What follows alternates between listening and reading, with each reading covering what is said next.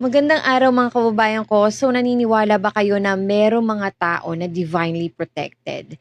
Ito yung mga tao na kahit hilingin mo na mamatay na sila, na magkasakit na sila, na sana maaksidente sila, na sana makaranas sila ng mga pangit at hindi ka nais-nais na mga bagay sa mundo, binibless pa sila lalo at tumatalbog pabalik sa kung sino ang humiling ng mga bagay na yun. Mag-ingat kayo sa mga ganitong tao. Ganito ang nangyayari ngayon sa ating presidente. Narinig ko na meron pala na isang DDS na humiling na sana'y mamatay na itong si President Bongbong Marcos, pero ano nangyari? Siya ang unang nalagutan ng hininga. Napapansin nyo rin ba na kahit anong gawin pagpapatumba sa ating Pangulo, walang nagwawagi. Bagkus, magagandang bagay pa ang nangyayari sa ating Pangulo. O ngayon, mas malakas pa nga ang pangangatawan niya ngayon. Pero ano mga pinagkakalat? May diverticulitis, may cancer, akala nila patay na, buhay pa pala. May nag-send sa akin sa Messenger ng isang screenshot ng hindi ko nababanggitin. Ayoko siyang bigyan ng masyado ng hype, no? Pero etong vlogger na to ay hinihiling niya na sana mamatay na daw si President Bongbong Marcos kasama ng kanyang mga followers dahil si President Bongbong Marcos daw ang dahilan ng kaguluhan sa Pilipinas. Teka lang, balikan mo kung saan ba nagsimula ang panggugulo, kung kanino ba nanggaling ang kaguluhan.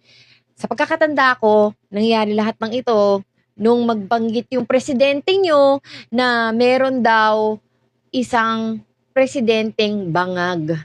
Tapos later on, binawi din niya, di ba? Binola-bola nila si PBBM, di ba? Para maging running mate ni Inday Sara. Pero after nun, meron pala silang pinaplano talaga. No? So pagkaupo ni President Bongbong Marcos sa posisyon bilang Pangulo, hindi pa nagiinit ang puwet niya, pinlanuhan na ng destabilization. Doon nagsimula ang kaguluhan. Hindi po kay President Bongbong Marcos. At lahat ng kaguluhan na to, hindi po niya ninanais to lahat. Tahimik na nagtatrabaho ang mama.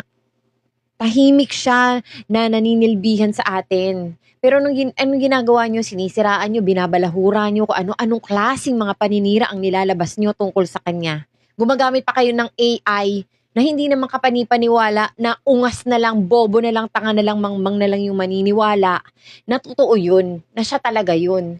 Katulad na lang nung nilabas ni Harry Roque at saka ni Maharlika, yung cocaine video na singhot-singhot, na video lang ni PBBM, na capture daw. Naniniwala kayo doon? Grabe yan, tatangan nyo. Lahat yan AI generated, kahit na nga lang yung Mr. Tubig. Ito si First Lady at si President Bongbong Marcos, hinare daw itong prostitute na to. Tapos naglahad siya, kinunan daw niya ng picture. Pati yun AI generated eh. Hindi ba kayo marunong mag-decipher kung ano yung AI generated lang at saka yung totoo? Actually, yung mga ibang AI generated nga sa ChatGPT, mas kuha pa nila yung itsura talaga eh. Pero ito talagang mga pinapalaganap, halatang-halatang propaganda talaga. So dito nagsisimula lahat ng kaguluhan, pati yung pagrarally nyo na hindi naman kailangan. So saan talaga galing ang kaguluhan? Sasabihin mo nagkakagulo mga Pilipino, kayo nga mga DDS, ang dahilan kung bakit nadi-divide yung nation kasi pinupush nyo pa lalong magkagulo. Pinupush nyo pa lalo na may awayan, binabarubal nyo lahat ng mga pro-administration, pro-government, binabarubal nyo lahat, nagpapakalat kayo ng fake news. Tapos grabe yung pang-tutrol nyo, no? Parang may template. Iisa lang ng sagot minsan, iisa lang ng litanya. Tapos parang kinaka-copy-paste nyo lang, may GC ba kayo? Parang iisa lang yung mga lingwahe nyo eh. Sa totoo lang, may nagsabi sa akin na ang sama daw ng ugali ko. Kasi daw nagmumura daw ako, tas ang bastos daw ng bunganga ko. Sabi kong ganon, ito kasi yung lingwahe na naiintindihan ng mga DDS. So, ito yung gagawin ko para maabot ko yung naaabot ng utak nila. 'Di ba? Kasi kung hindi ako magsasalita ng ganito, hindi nila ako maiintindihan. O, tumpak. Kung hindi mo sila sasabayan, hindi ka nila maiintindihan. 'Di ba? Durog yung utak nila sa ganyan. Ako na ngayon nag-a-adjust para sa kanila eh, 'di ba? O so ito na ngayon, bakit nga ba do'n sa mga nakaraang administrasyon, lahat naman ng mga naging presidente may mga pagkukulang 'yan, eh. Lahat naman ng presidente wala namang perpekto na nanilbihan sa'tin, 'di ba, bilang Pangulo ng Pilipinas. Pero itong si President Bongbong Marcos, pinakakawawa sa lahat, 'no, pinakanabully sa lahat, ang malas lang talaga niya. Kasi talagang merong talagang ganid, sakim sa kapangyarihan na talagang gagawin lahat para lang mapatalsik siya sa puwesto. Ngayon ito yung nararanasan niya, pero wag kayo kasi matalino si PBBM. Akala niyo lang ganyan yan, sinasabihan yung weak leader, pero ano nangyari? Napakulong yung poon niyo doon sa dahig. 'Di ba? Akala niyo lang gaganyan-ganyan yan, pero subukan yung kantiin yan, may paglalagyan talaga kayo. Yung mga nakarang administrasyon, hindi nyo binalahura ng ganyan, hindi nyo binastos ng ganyan. Pero nagkaroon kayo ng lakas ng loob na bastusin ang presidente dahil kanino pa? Dahil sa mga Duterte, aminin na natin yan.